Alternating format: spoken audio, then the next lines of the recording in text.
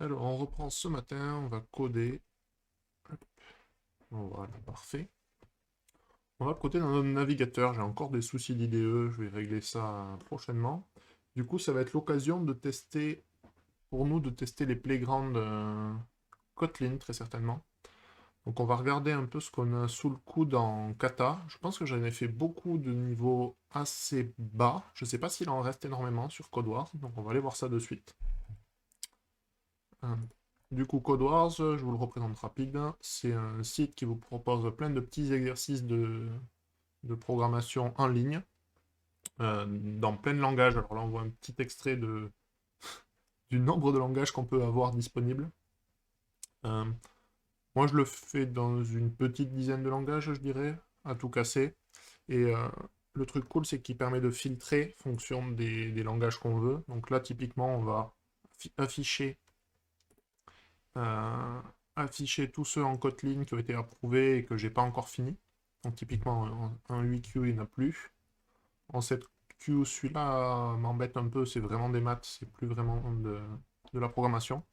Donc on va devoir taper au moins dans le 6Q, qui commence à devenir un peu plus sympa que les exos de base.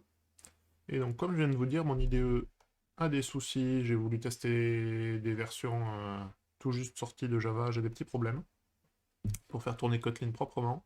Donc il faudra que je refasse un setup propre. En attendant, on va utiliser le Playground, qui est un site directement sur kotlinlang.org et qui permet de run du code. Et si je dis pas de bêtises, on a de l'autocomplétion, donc on va pouvoir quand même faire des trucs un peu sympas. Ok, ben on va attaquer, on va aller voir le premier, s'il nous inspire un petit peu.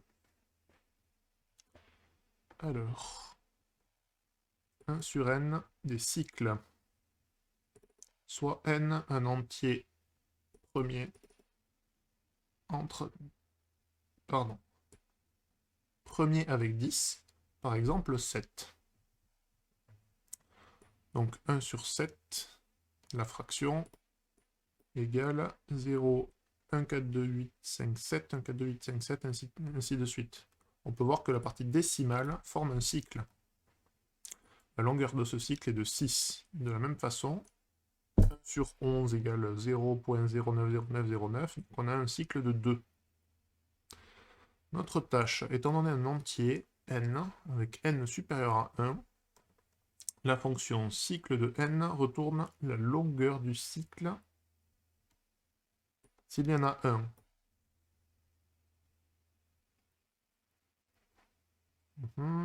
Si n et 10 sont coprimes, on retourne moins 1. Très très mat, je suis pas sûr qu'il m'intéresse beaucoup celui-là. Hmm.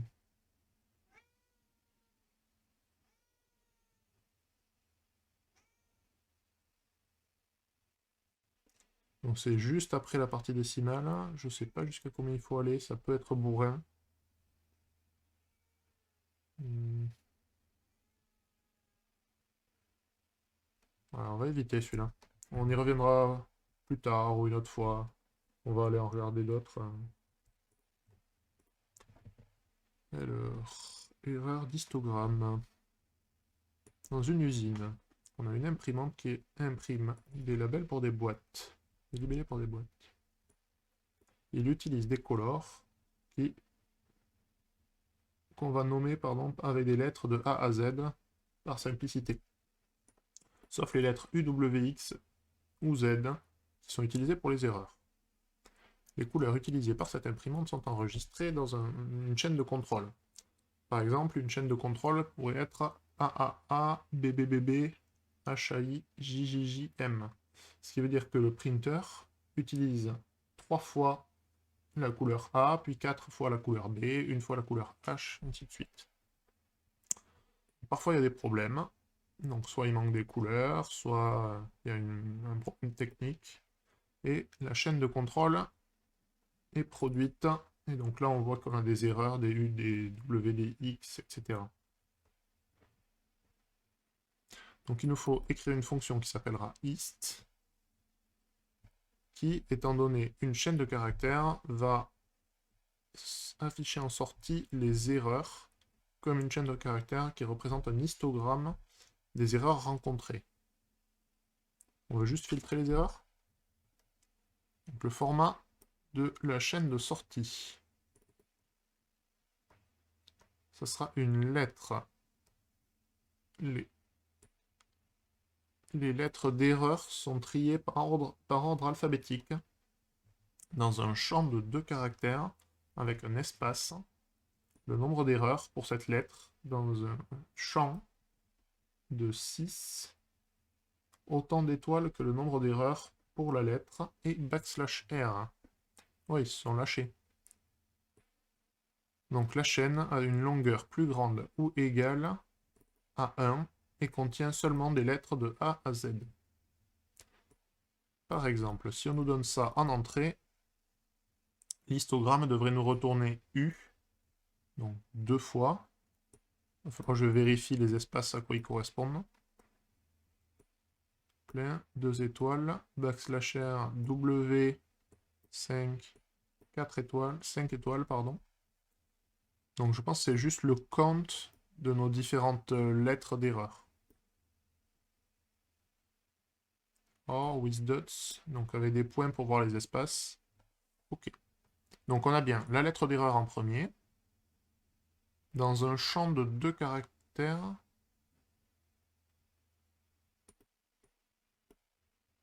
puis un espace. C'est un peu con, si c'est juste une lettre à chaque fois. On aura forcément un espace derrière la lettre, donc 2 espaces juste après. Bon, peu importe. Le nombre d'erreurs pour cette lettre, donc ça c'est juste le 2. Dans un champ de 6, donc pareil, on va pad avec des espaces. Autant d'étoiles que le nombre d'erreurs. Donc ça va être un étoile times ce nombre-là. Ok, ça n'a pas l'air très difficile. Alors, par contre, il y a des petites notes. Malheureusement, la plupart du temps, CodeWars compresse tous les white space en 1. Il faudra faire un peu gaffe dans les sorties affichées. Il y a d'autres exemples. Donc, ah pardon, pas en JavaScript, on avait dit en Kotlin. Donc on change de programme. Donc il faut qu'on écrive cette fonction là, ist, qui prend s en paramètre et qui va nous retourner notre chaîne un peu bizarre avec les différentes avec les différents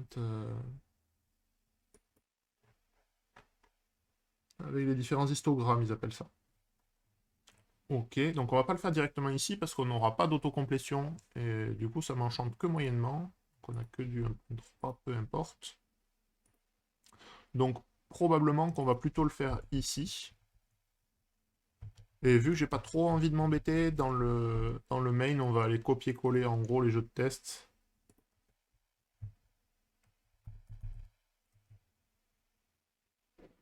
On va remplacer son assert correct, etc. dans l'idée. Ok, on va rajouter notre assert correct ici. On va pas faire un assert equals du tout dedans. On va faire les feignasses.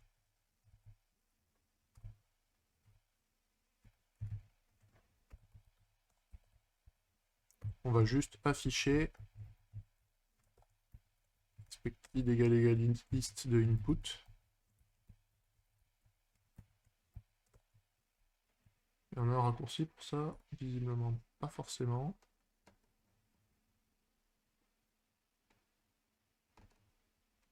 Où est-ce qu'on a besoin d'un return? Ici. On va retourner une chaîne vide. Ok, donc on a bien aucun de nos tests qui passe. Ça nous affichera juste true si les tests passent. Comme ça, on s'embête pas avec un framework de test, etc. On peut directement tester notre fonction facilement. Ok, donc comment ça va se passer? On a une chaîne de caractères.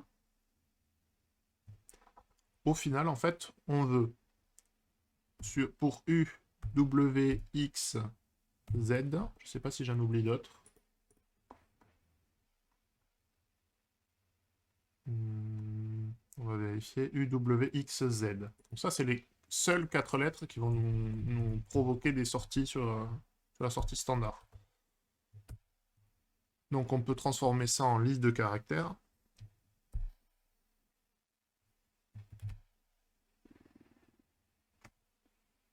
Donc pour l'instant, pour chacun de ces caractères-là, moi ce qui va m'intéresser, c'est de savoir combien il y a de fois ce caractère dans notre chaîne de caractères. Donc ça va être s.count. On n'a pas de méthode count sur les...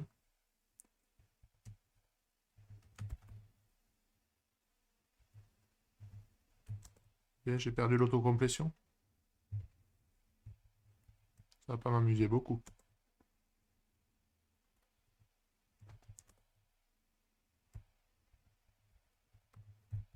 Est-ce que ça marche, ça?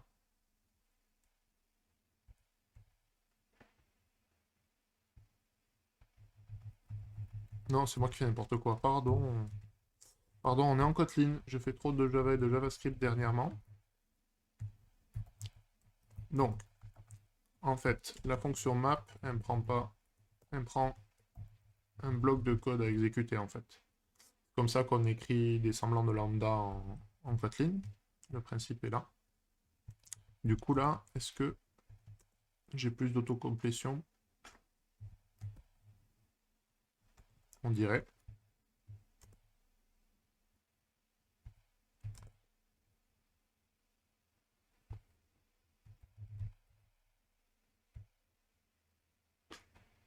Ok, donc le count, ça va être un caractère donne un booléen.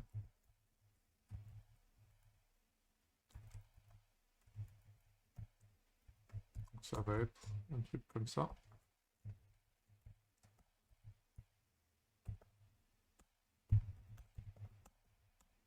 Dans l'idée, ça va être ça. D'accord? Donc là, on prend pour U, W, X et Z. On va mapper le caractère. Et on va retourner le combien il y en a pour ce caractère-là. On va même être un peu plus malin. On va retourner C. Donc là, on va retourner une paire. Alors, je suis pas du tout fan de comment c'est écrit ici. Je pense qu'on pourrait simplifier assez facilement. Donc déjà C1, on va dire que C est égal à it, c'est juste la forme condensée. Donc, pour chacun de ces 4 caractères, on va retourner une paire formée du caractère et du nombre de répétitions de ce caractère dans la chaîne, ce qui correspond à ces chiffres-là qui vont nous intéresser. Ici. Et après, il nous restera juste, pour chacun, à former la chaîne de caractères qui va bien. Donc là, pour l'instant, j'ai une liste qui me retourne des paires avec le caractère et le nombre d'occurrences. On n'est pas trop mal.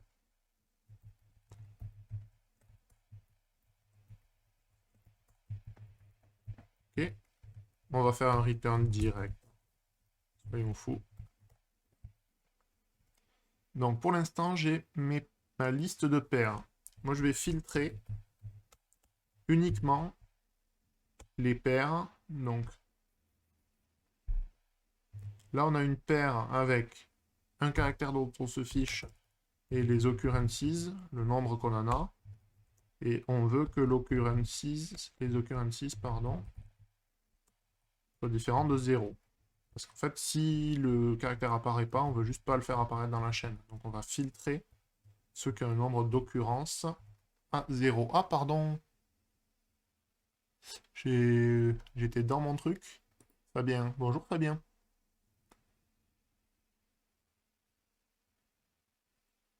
Pas fan de ces exercices où on essaie juste d'écrire la spec la plus incompréhensible possible. Ça me rappelle les QCM de C à la fac avec du code imbitable et ce que fait le code. Question, il manquait toujours la case, il disparaît, on réécrit tout. Faire attention à ne pas parler de lambda à la place d'une arrow notation ou de je ne sais pas trop quoi qui ressemble en Kotlin. Il t'intéresserait de répondre à une question sur le sujet en 2 à 5 minutes pour un podcast en test. Bon, oui, on pourrait discuter de tout ça si tu veux. Après, au final, les concepts sont assez proches, hein. mais ça peut se réfléchir. Pourquoi pas. Euh, du coup, on est en train d'avancer. J'ai pas bien compris ce qui te plaisait pas dans les exercices, c'est l'énoncé. Du coup, parce que ce qu'on essaie d'écrire, c'est pas vraiment l'aspect, c'est le code qui répond à la spécification.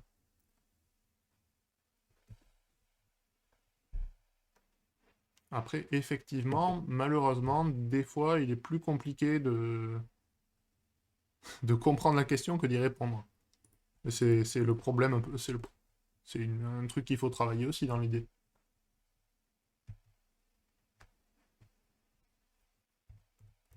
Alors, du coup, j'ai toujours mes occurrences qui sont filtrées, donc avec caractère et le nombre d'occurrences pour chaque.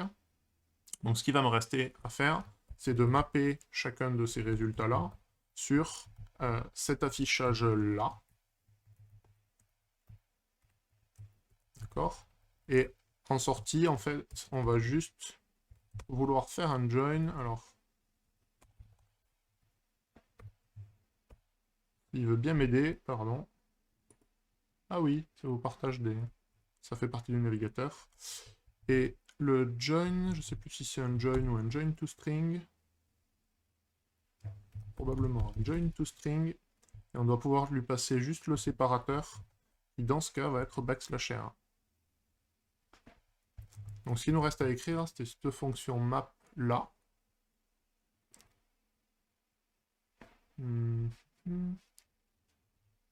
Et donc cette fonction map là, on veut printer quelque chose. On va repartir avec notre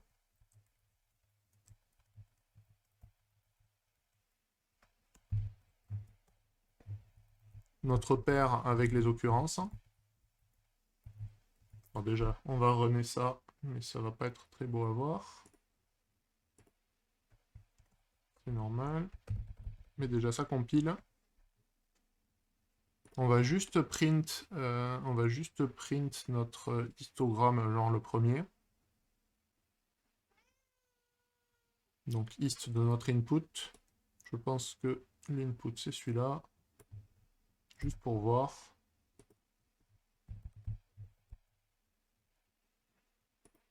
Niveau parenthèse, j'ai l'air bon.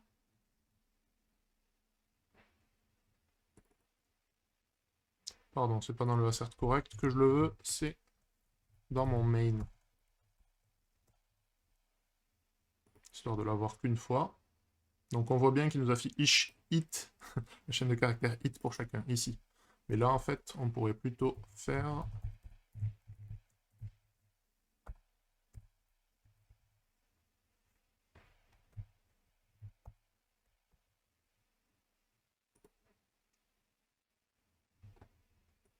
Donc visiblement, il y a chacun des 4 caractères qui est présent dans cette chaîne.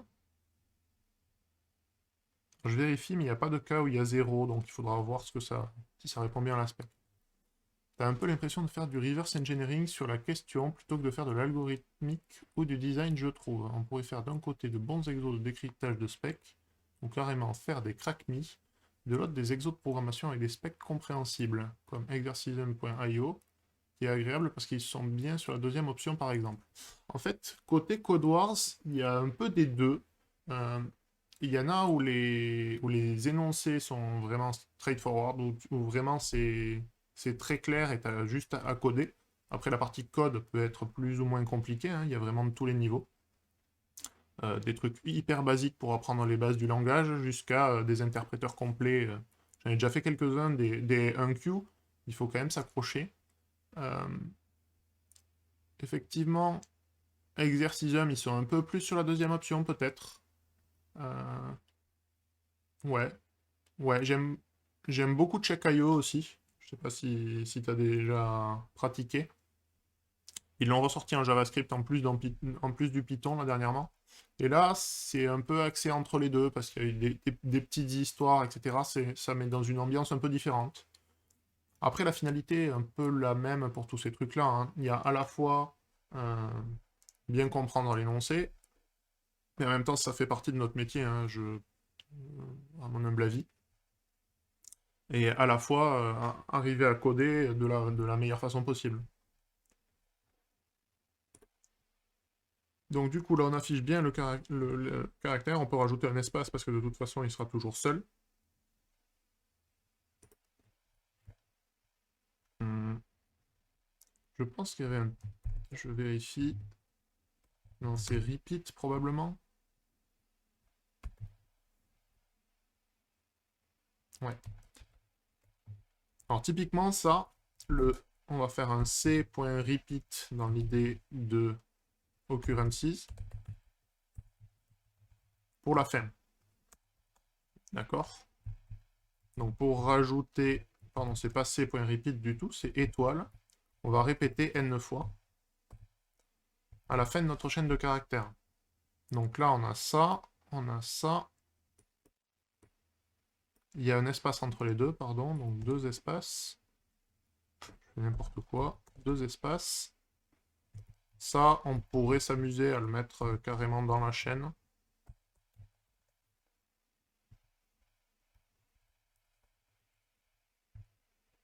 On peut déjà runner ça pour vérifier.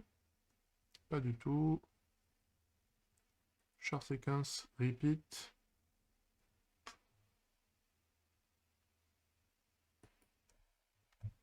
En fait, je pense qu'il prend une chaîne de caractères et pas un caractère. Ok, donc on se rapproche un peu de ce qu'on voudrait. On a bien le U avec 3 étoiles, le W avec 4 étoiles. Ça, ça. Donc il nous manque juste à passer ce champ-là sur 6. Je suspecte qu'il y aura des occurrences en plus de 9 ou 10 caractères, enfin en plus de 10 occurrences. Donc il faut qu'on trouve comment le print proprement. Au pire, il y a des string.format où on peut spécifier la taille. Et sinon, on doit pouvoir avoir... On va essayer ça un peu à part. Euh,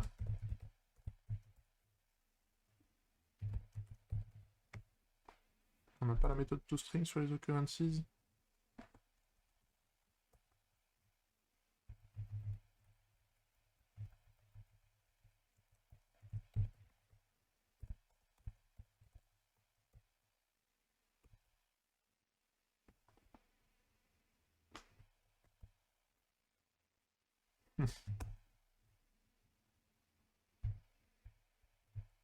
Non, c'est un peu embêtant. Il nous propose pas, il nous dit pas. Donc c'est la méthode path du string du JDK, visiblement.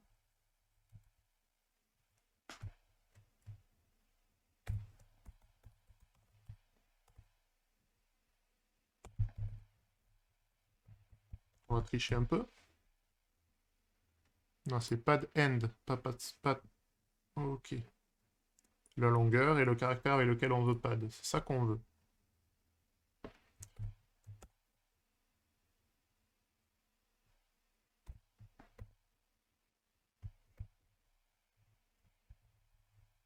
Donc dans l'idée, on voudrait coller ça au milieu.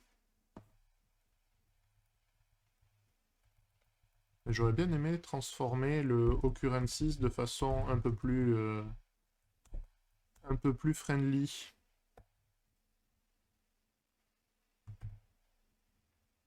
Ouais, ben on a le toString. Donc c'est un peu barbare.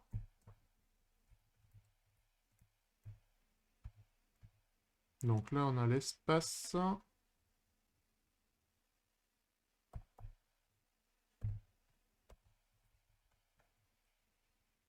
Bon, c'est un peu violent tout ça. On va faire ça un peu plus propre.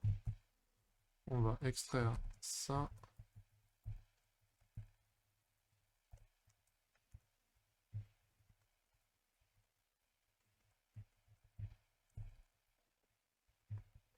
Alors, en Kotlin, on n'a pas besoin de return. C'est directement la dernière expression du bloc qui va être retournée. Ok, donc là, on est plutôt bon. Ici, on veut bien retourner C.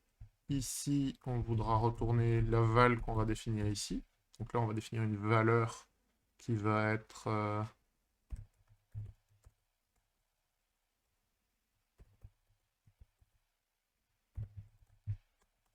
les occurrences qu'on va avoir pad. Ici, on veut juste mettre ça. Je pense qu'ici, les accolades sont pas nécessaires. Et ici, on va faire à peu près la même chose. On va prendre tout ça, là. Et on va l'appeler stars.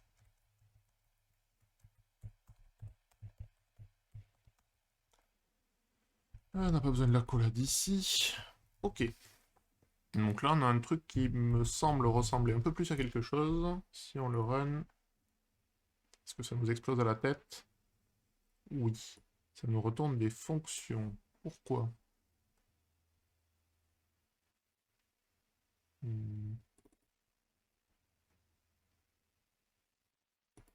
On trichait. On fait des vieux prints dégueulasses.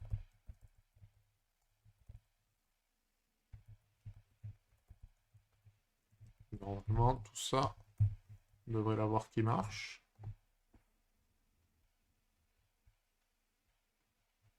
Alors, donc pas en print, en println.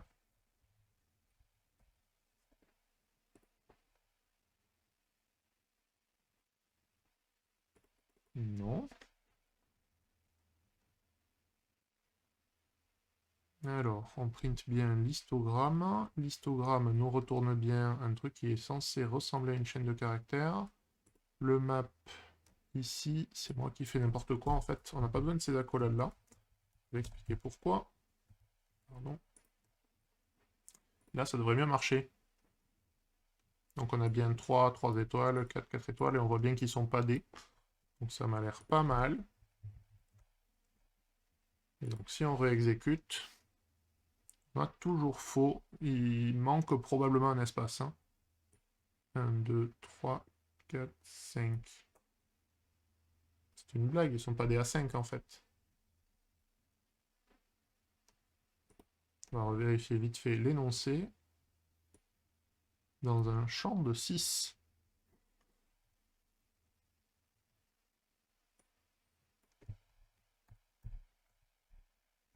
Un, 2, 3, 4, 5. Ouais, non, c'est ça, ça fait 6 avec le chiffre. Et donc, si on regarde, hop, 6 avec le chiffre, pourtant ça m'a l'air pas mal. Il y a probablement un espace entre les deux, mais ça me paraît bizarre. Non, toujours pas. Ah, j'ai cette accolade là qui traîne, qui m'embête. On va virer celui-là, et on va virer la collade qui traîne ici. Décidément. L'habitude de sauvegarder des fois, dans les IDE. Ok, donc là on a bien tout qui passe. Donc on est bien parti de nos codes d'erreur. On a récupéré chacun des caractères de ces codes d'erreur-là. Pour chacun, on a pris le caractère, on a compté combien il y avait d'occurrences de ce caractère dans notre chaîne de caractères en paramètres. On a filtré celle qui avait 0 occurrence, donc il faudra vérifier s'il y a besoin de le filtrer ou pas, si jamais on fera sauter cette ligne, c'est pas grave.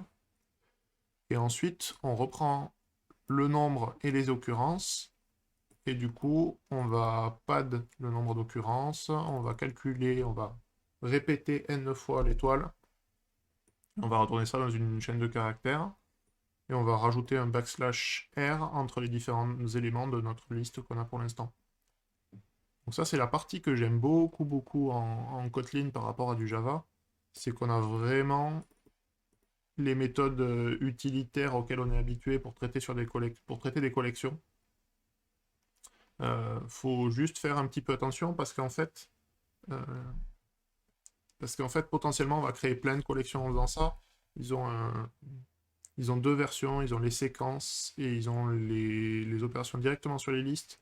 Et les performances peuvent être un peu différentes en fonction de ce qu'on utilise. On peut se retrouver à créer pas mal de choses en mémoire. Bon, là, on manipule des petites listes, ça pose pas de problème, mais sur des très gros volumes, il peut arriver que ce soit problématique. J'ai déjà eu le cas sur des Advent of Code ou des trucs comme ça. Donc là, on va prendre notre bout de code, on va aller le coller ici à la place, et on va aller... Alors déjà, les tests, ils devraient marcher normalement. Il peut arriver que ça rame un peu les interpréteurs. Après, vu qu'ils ont des interpréteurs pour une quantité de langage incroyable, c'est pas étonnant. Et là, du coup, donc ça passe tous les tests. même les tests random. Donc on peut soumettre notre réponse. Ah, ça c'est bien aussi. Je l'ai rarement en tête, mais... Donc là, bon, notamment, il dit comment pas de sa chaîne, etc. Donc c'est un peu plus joli. Donc le filtre, lui, il le fait en amont sur les lettres. Donc l'approche est différente. Moi, je suis parti des lettres et je suis allé chercher dans la chaîne ce qu'il y avait. Lui, il est parti de la chaîne, il a gardé que les lettres d'erreur. Pourquoi pas? Donc, il les groupe par caractère et il compte chaque. Je pense que c'est un petit peu plus performant, c'est intéressant. Après, donc, on voit son format qui est plutôt bien foutu, j'aime bien l'idée. Ok, c'est pas mal. Effectivement, il faut qu'il soit trié dans son cas parce que, vu qu'il part pas de la chaîne déjà triée, il a cette problématique-là. Et un join to string comme on l'a fait. Ok. Ça ressemble pas mal hein, dans l'idée, dans le principe. Sa version est un peu plus concise, pas forcément plus lisible. On va regarder une ou deux de plus, manière 2. Donc lui, il est plus parti dans notre optique à nous, donc on part de la liste. Et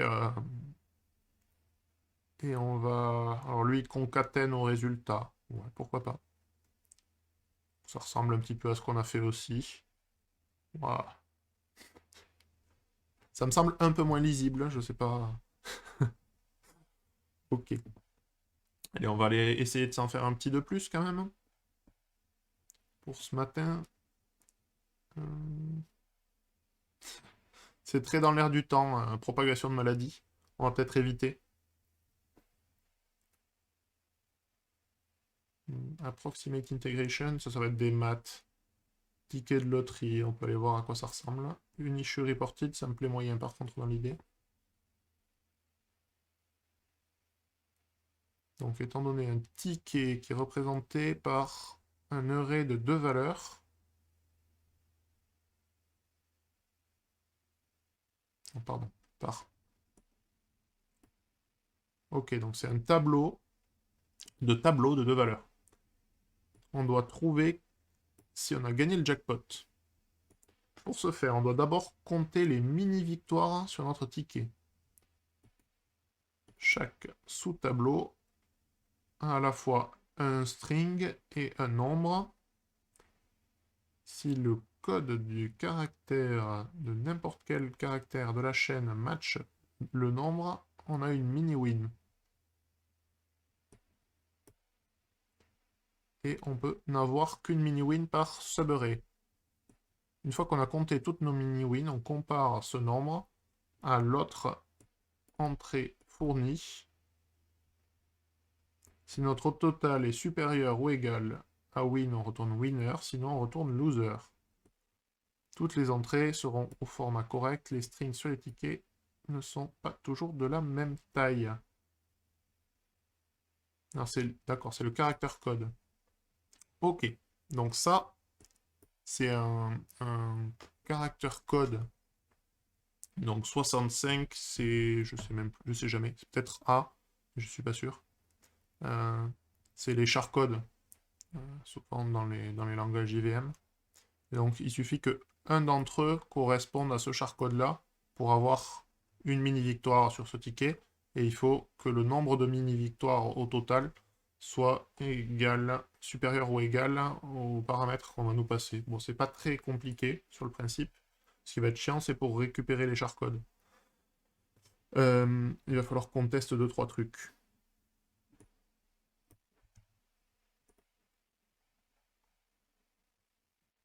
On va remettre nos assertions dans le main.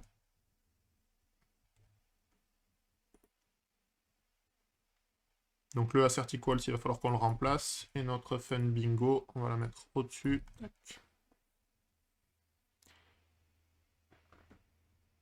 Et on retourne un string. Donc on va dire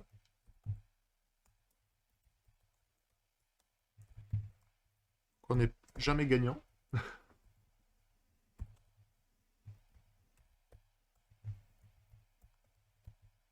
Alors ça, c'est un des trucs que j'adore en Kotlin, c'est que on peut faire des if-else, ça retourne une expression. Les switch aussi. Et l'énorme avantage que ça a, c'est que du coup, on peut les affecter ou on peut les retourner directement, ce qu'on peut pas dans tous les langages. Je trouve ça assez pénible. Alors... Donc on veut loser ou winner, pardon.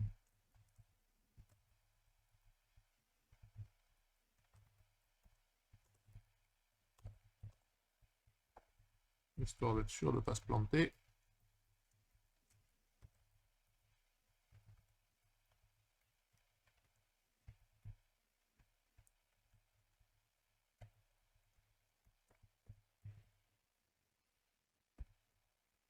Après, j'ai même pas vérifié, mais potentiellement, je sais même pas si on peut importer les trucs de Java Util ou ce genre de trucs. Donc on va faire expected actual. Et on va juste printer expected égal actual.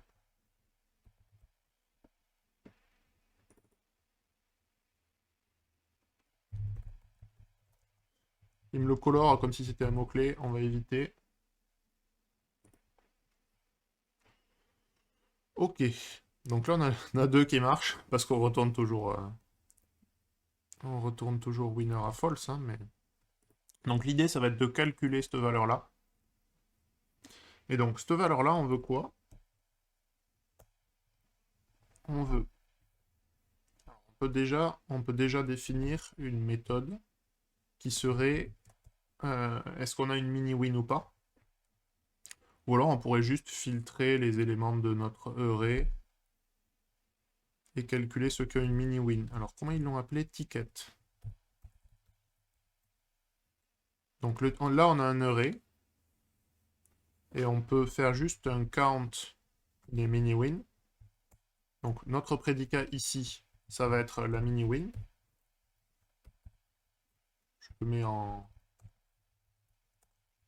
Je le mets juste en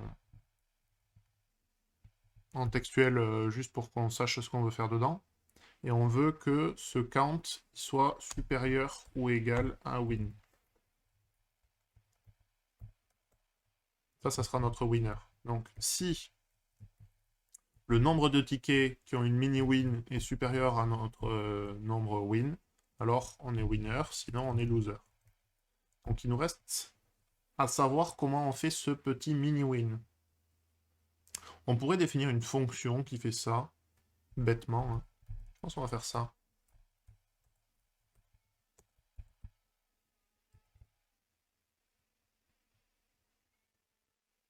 Donc fun mini-win qui prendrait notre string, je sais pas comment on l'appellerait. Ouais, on va l'appeler string. Il est pas très intéressant. Quel sens métier il pourrait avoir, je suis pas tout à fait sûr. Et ça va être notre charcode, qui sera un int.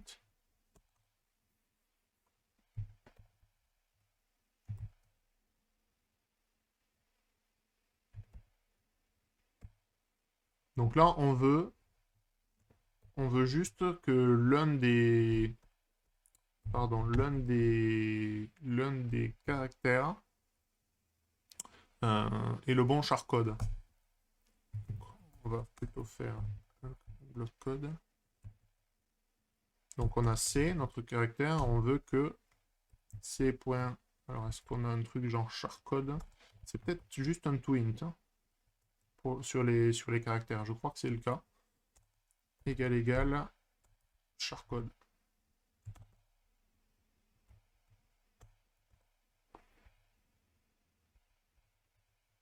Donc on veut que n'importe lequel des caractères de cette chaîne-là soit égal au charcode. Enfin, son code entier soit égal au charcode. Et là, je pense qu'on peut directement pas mal.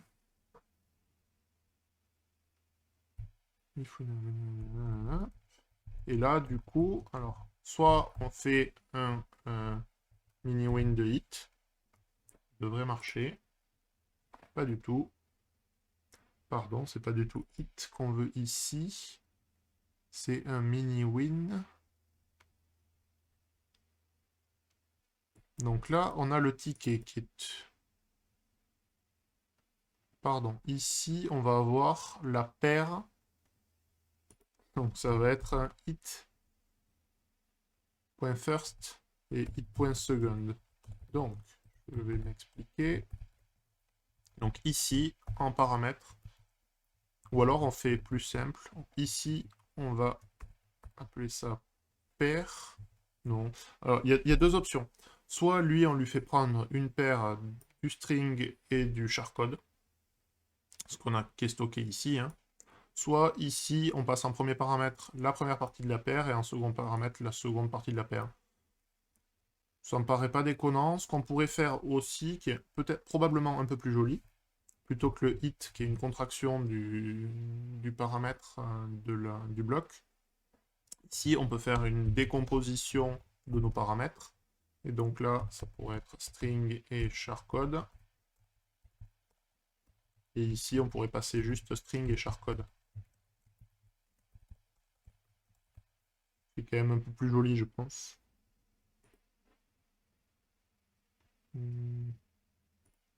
Effectivement, le shark code, c'est nouveau. Ok, et là, on a tout qui passe. Bon, je pense qu'on va soumettre juste ça, hein. Probablement, si on avait fait une paire, on pourrait juste faire une référence de méthode ici à la place de tout ce bloc-là. Bon, allez, à la limite, on va faire ça. J'aime pas trop l'idée de cette paire de string là, mais...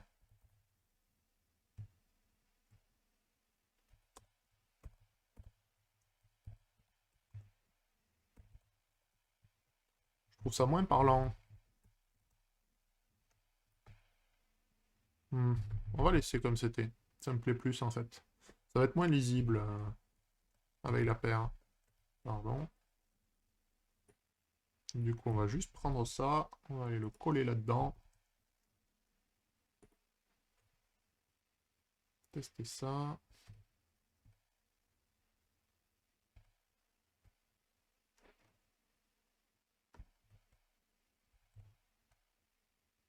Ok, et on va le soumettre. On va voir s'il y en a qui ont fait beaucoup mieux que nous.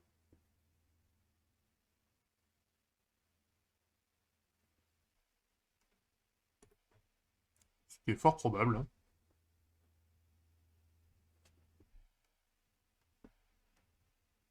On s'en revient au même, c'est juste pas décomposé en fait. Ah, c'est marrant, lui il l'a fait dans l'autre sens. Il transforme le charcode en caractère et il vérifie si ça match. Ok, donc c'est les mêmes choses, hein, globalement. C'est un petit peu plus contracté. Ça c'est marrant. Il s'est fait un petit alias, un petit type alias.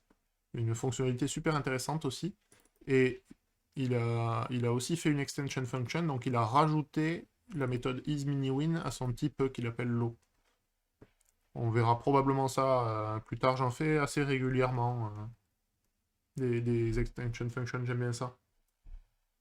Mais quand ça apporte quelque chose, là c'est un peu limite. Mais pourquoi pas? C'est pas idiot en fait. Donc son low pour lui c'est la paire string int.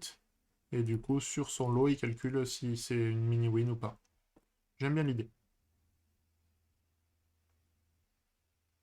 Ok, et là on a notre solution. Euh, il nous reste pas énormément de temps, un petit quart d'heure. Je pense qu'on va en refaire un tout petit peu plus simple, probablement en changeant de langage. Euh, donc on va aller retourner voir la liste des katas. Il y en a beaucoup, beaucoup, beaucoup. On va rester dans nos langages. Peut-être un petit set Q, ça pourrait être pas mal. Par contre, si je ne l'ai pas fini, c'est mieux. Qu'est-ce qu'on va faire comme langage?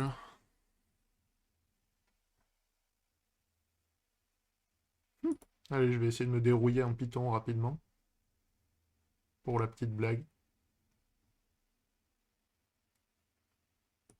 Ça risque d'être plus difficile, ça fait très longtemps que j'en ai pas fait.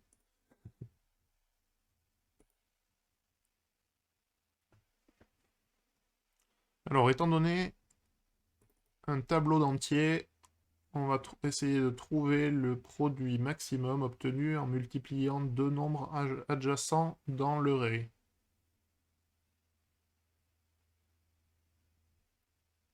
C'est moins paradoxal que de se dérouiller en Rust. Certes, je suis assez d'accord. Mais me dérouiller en Rust, il faudrait que j'ai déjà été rouillé en Rust. Ce qui est malheureusement pas le cas. J'avais testé des petits ateliers à la sortie des bêtas de Rust, donc ça date. Après, j'ai vu pas mal de présentations dessus, mais j'ai très peu pratiqué. Ça fait partie des trucs que j'ai dans ma to-do list. Je me le garde sous le coude. Ah, c'est le produit, hein, c'est ça. Je sais même pas si je vais y arriver facilement, hein, celui-là. Non, c'est que du 7Q, mais... Donc dans l'idée, il faudrait que j'arrive à zipper avec l'élément suivant. Euh, donc, je sais plus écrire de Python, donc on va essayer de réfléchir ça rapidement. Ça va être probablement un max d'une collection. Et cette collection, on va la former en prenant les couples de, de ces arrays. Donc on peut prendre array tout jusqu'au dernier élément. On doit pouvoir le zipper avec le array à partir de l'élément 1 jusqu'à la fin. Et... Ah, je sais plus l'écrire. Quelle horreur.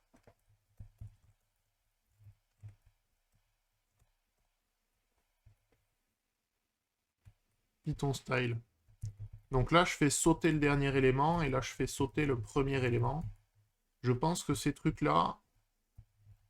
Donc, quand je les zip, j'essaie de préparer un atelier Rust et microcontrôleur sur 2 jours où on programmerait un mini-robot pour dessiner sur des post-it. Ça peut être rigolo. Ça peut être marrant.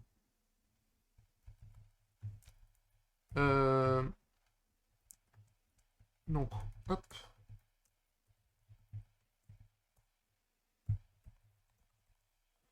Donc, je réfléchis, hein, je décompose. Donc, le zipt, pour moi, il devrait faire des paires... Ah.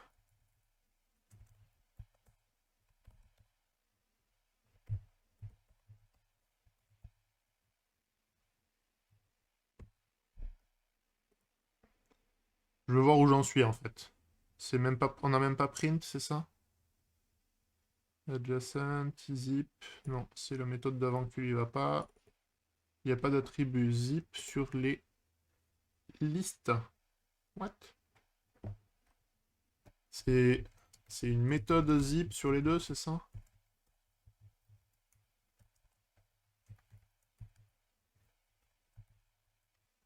Ah, c'est ça, quand on pratique pas souvent un langage donné, bon, la thème c'était peut-être un peu ambitieux, je pense que le test aurait suffi, hein. Donc c'est bien un objet zip qui nous est retourné, donc ça a l'air de marcher mieux. Le zip de 2 arrays. Je vais tricher, x for x in zip. J'aimerais bien qu'il m'affiche plutôt le... Ouais, c'est mieux ça. Donc 5, 8. Donc ça, c'est pas mal. Et ici, on voudrait 1, 2 et 2, 3. Ben, c'est pas mal. Donc là, déjà, on a réussi notre décomposition. Donc dans zipt, on a les paires de chiffres adjacents pour tout notre tableau. C'est ce que j'essayais de faire. C'est déjà pas mal.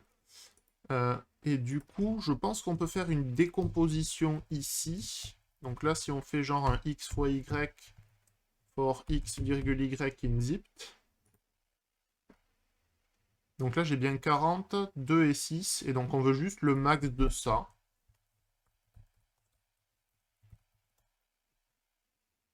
Ça me paraît assez pythoniste pour...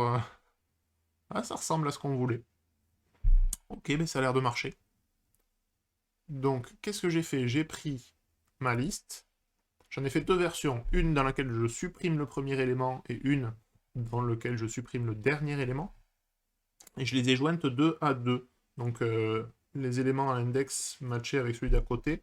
Donc, en gros, mon élément 0 va matcher avec l'élément 1 de la liste suivante, mon élément 1 va matcher avec l'élément 2, etc. Et j'ai fait sauter le dernier pour éviter bah, de comparer avec un élément en dehors de la liste. Donc ça, c'est ce que j'ai zippé.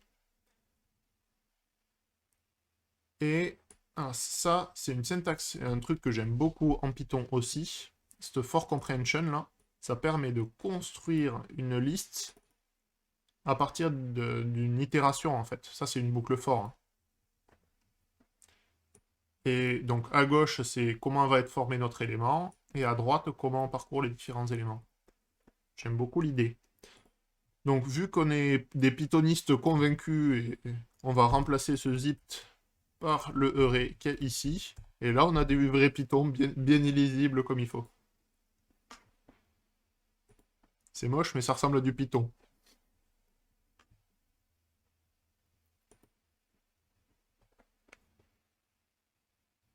Ah, c'est une excellente question. Est-ce qu'il fait des itérateurs différents sur la liste d'origine? Je pense qu'il doit faire...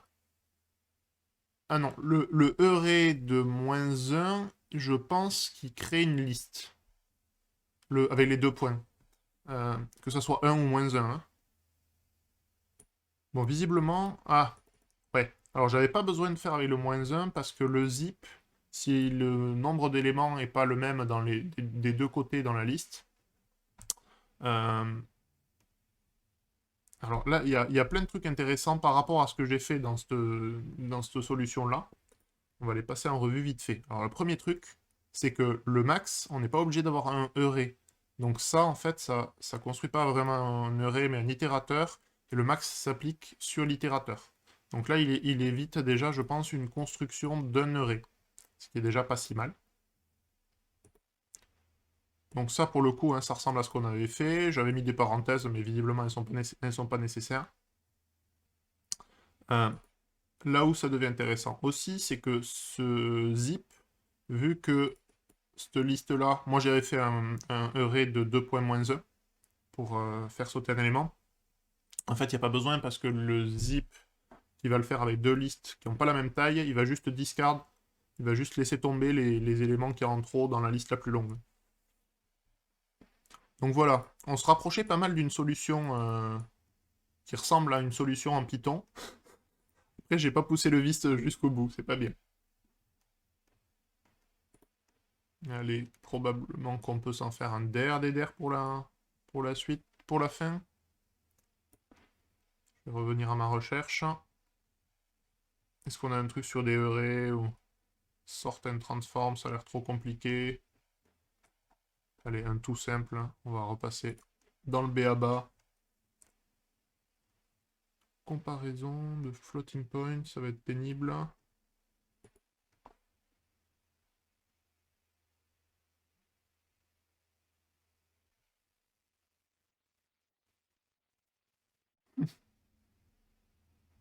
C'est marrant, je pensais l'avoir déjà fait celui-là.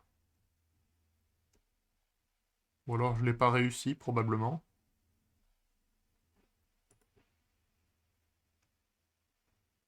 Mais en fait, je crois qu'il suffit de sort. Il suffit de sort la collection. Ouais, sauf qu'on va sortir dans un sens ou dans l'autre. Donc on veut... Est-ce que ça marche un truc comme... c'est pas la direction, c'est plus array.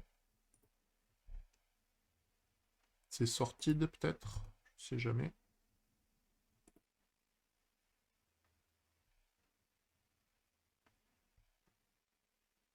Il faudrait peut-être un return. On va y arriver. Ok, donc on a bien un des deux qui marche. Et en fait, c'est fonction de si le premier paramètre est R ou D, on veut reverse la liste. Alors en fait, c'est un peu triché parce que l'énoncé, en fait, il nous dit qu'on veut juste changer la gravité. On met la gravité à droite ou à gauche et on compte le nombre de boîtes dans la pile. Mais en fait, ça revient à faire juste un tri des nombres de cases, des nombres pardon, de boîtes par colonne. Parce que dès qu'on va décaler à gauche, il y a juste celle-là qui va bouger là. Ça va faire 3, 2, 2, 1. Et si on le met à droite, ça va faire 1, 2, 2, 3. C'est tout bête. Hein. Donc là, on a la moitié de la réponse. Je sais plus comment on fait if d égale à... c'est le premier qui marche, donc c'est R. Et je sais plus comment on l'écrit.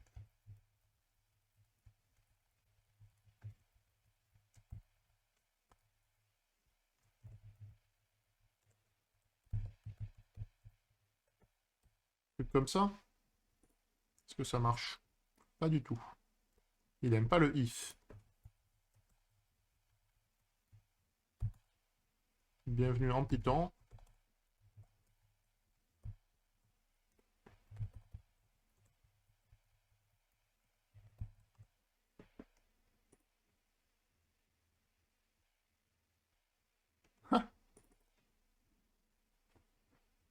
Ça nous donne un list reverse iterator.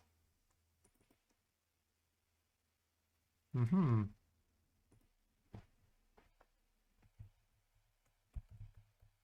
va caster ça bourrin. Je crois que c'est comme ça. Nombre de colonnes qui ont n boîtes, puis trier cette liste. Ah bien. Ok. Prendre le nombre de colonnes qui ont n boîtes. Non, non, c'est vraiment... En entrée, en fait, on a le nombre de cases par colonne, déjà. Il suffit de la trier. Là, on l'a qui marche direct. Je sais pas si on peut faire... Non, on ne doit pas pouvoir faire un return à ce niveau-là. Je vais vérifier quand même. Mais ça me paraît très bizarre. Pas du tout. Les limites du Python. Ok, ben visiblement ça marche pour tous les cas. Hein.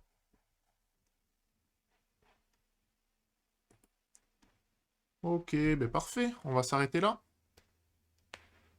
Oh, c'était bien sympa de discuter en même temps.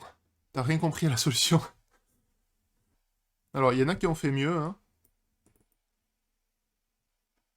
Ah, d'accord. Donc je savais pas, dans la méthode sorted, on peut lui préciser qu'on veut que ce soit reverse. Moi, je me prenne un vrai IDE aussi pour Python. Genre un PyCharm ou un truc comme ça.